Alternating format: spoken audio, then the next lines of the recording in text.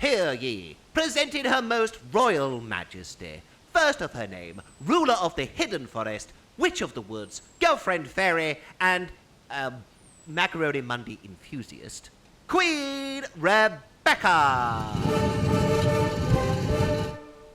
Well, what did you expect? You all kept calling me queen on my social media.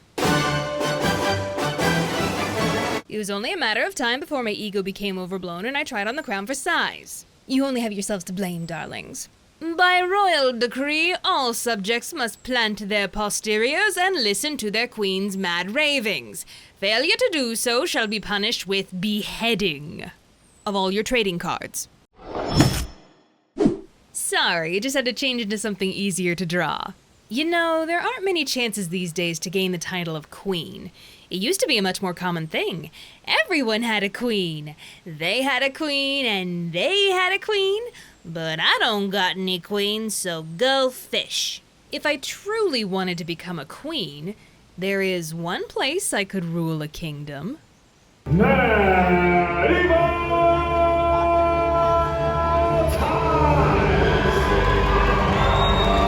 If you haven't had the privilege of attending one of these magnificently cheesy dinner shows, I highly recommend. Best way I can describe it is, it's like professional wrestling, except with swords and horses. You cheer on your favorite stunt performer competing in a fake competition with scripted drama and a predetermined winner. Just like professional wrestling! In case you're unfamiliar, here's how the whole show works. Spoiler warnings, I guess. Basically, there are 6 knights all competing in the Queen's tournament to be her champion. As a paying guest, you are randomly assigned to one of these knights because choice is an illusion. You sit in your knight section, you wear the paper crowns, and you cheer on your guy for the whole night. You also eat your food with no utensils because they didn't have silverware in ye olden days. Darling, could you use your filthy hands to pass me the plague? There's some dancing horses, a falcon comes out and flies around, but let's not be coy. We all know why we're really here. Bloodshed! First, the knights compete in some games. Look at them go. Then they fake joust each other, do this perfectly believable fall off their horses, and then they fight with pointy objects. Last night standing wins, and everyone lives happily ever after, except the Green Knight, but we'll get to him in a second. So yeah, great evening. You suspend your disbelief, pretend you're 10 years old, and embrace your inner Ren Fair nerd for a night. And wow, they are having some fun with the fight choreography these days. Look at the Red Knight throwing his shield like Captain America here. Now, when I was writing the script for this video, it looked entirely different. I had this whole running gag about how I was gonna usurp the throne of the Buena Park, California medieval times and tell some childhood stories, yada yada. But the more I wrote, the more I realized that I have some grievances with this place that can be overlooked no more. Though don't worry, I'm not gonna sit here and complain for 7 minutes straight about how this show is about as historically accurate as a Disney movie. We're advanced these days. We don't turn to cheap tourist amusements for our misinformation. We have TikTok for that. Bear in mind, this is all in good nature. Just some friendly suggestions. Feel free to give me free tickets medieval times. First and foremost, what the hell is up with the torture museum? I mean, I didn't go in there this last trip, so I'm borrowing footage, linked to the channel below, but I have a very clear memory of this torture museum from when I was a kid. And I can't be too sure, but I think it unlocked something dark within me. Well, I'm gonna have a goth phase. Overall, Medieval Times is generally family friendly, but just $2 extra gets you into this museum full of devices, illustrations, and descriptions of torture that I have to blur or I will 100% be demonetized. It just feels like a tone problem. You got some tonal dissonance going on at your family-friendly establishment. It would be like having a beautiful, wholesome day riding rides at Disneyland, and then when you get on Haunted Mansion, an actor with a chainsaw jumps out and starts pelting everybody with body parts. Trauma for the whole family. Another thing that bothered me about these shows, even as a kid, one of the knights ends up being the bad guy. And unless he's scheduled to win that particular show, it's always the Green Knight. Because as Disney has taught us, green is a villain color. Look at this, you also know he's evil because he's wearing antlers on his helmet. Horned villains, those are OUT out so last season. But villains with antlers? Those are all the rage these days.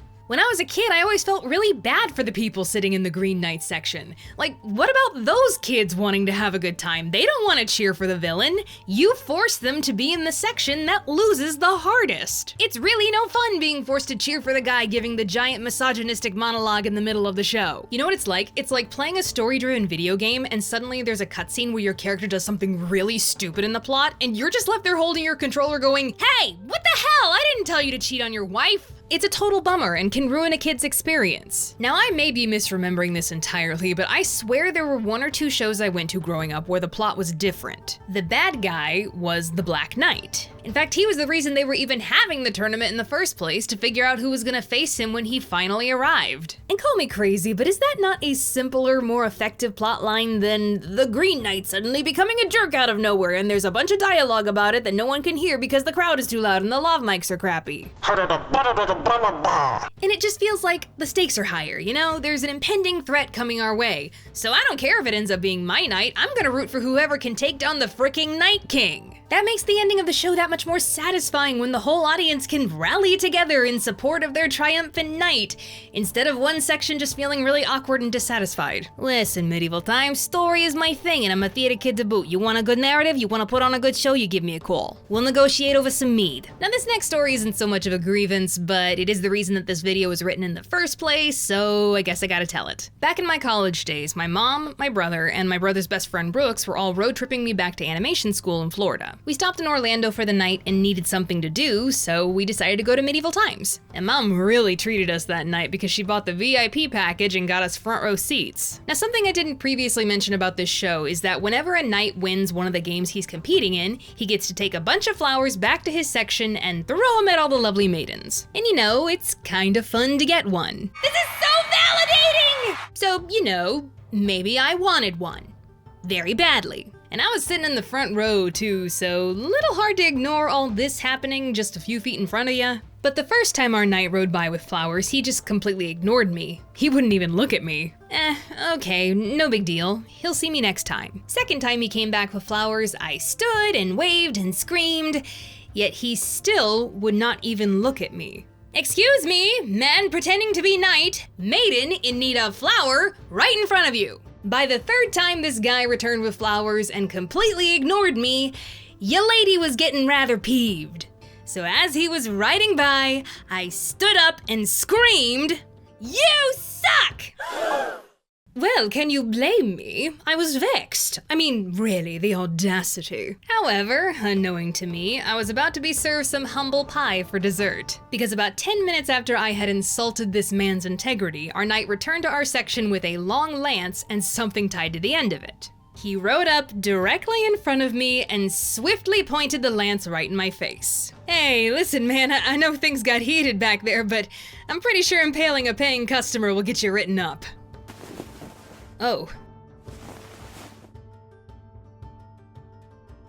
Sorry!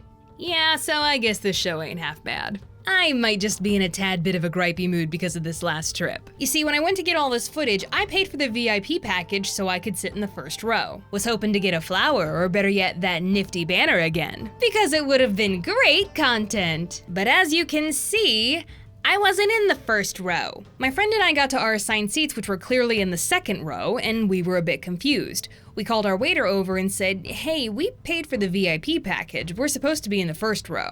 And this guy had the audacity to say, "Oh, this is the first row." No, good sir, this is not the first row. I know that because I can count. Can you? Apparently, my dumb butt just didn't read the fine print on the VIP package. Turns out part of the second row is considered VIP as well. Not entirely sure why that particular waiter didn't just tell me that instead of trying to gaslight me. But you know, Medieval Times, I'm willing to let bygones be bygones here. From what I can tell, you could use some fresh blood in your royalty. So, crown me Queen of Medieval Times and I shall lead you to honor and glory, simple as that. Let me know when my coronation is. Make sure you have room for all my 4 million plus ones in the front row.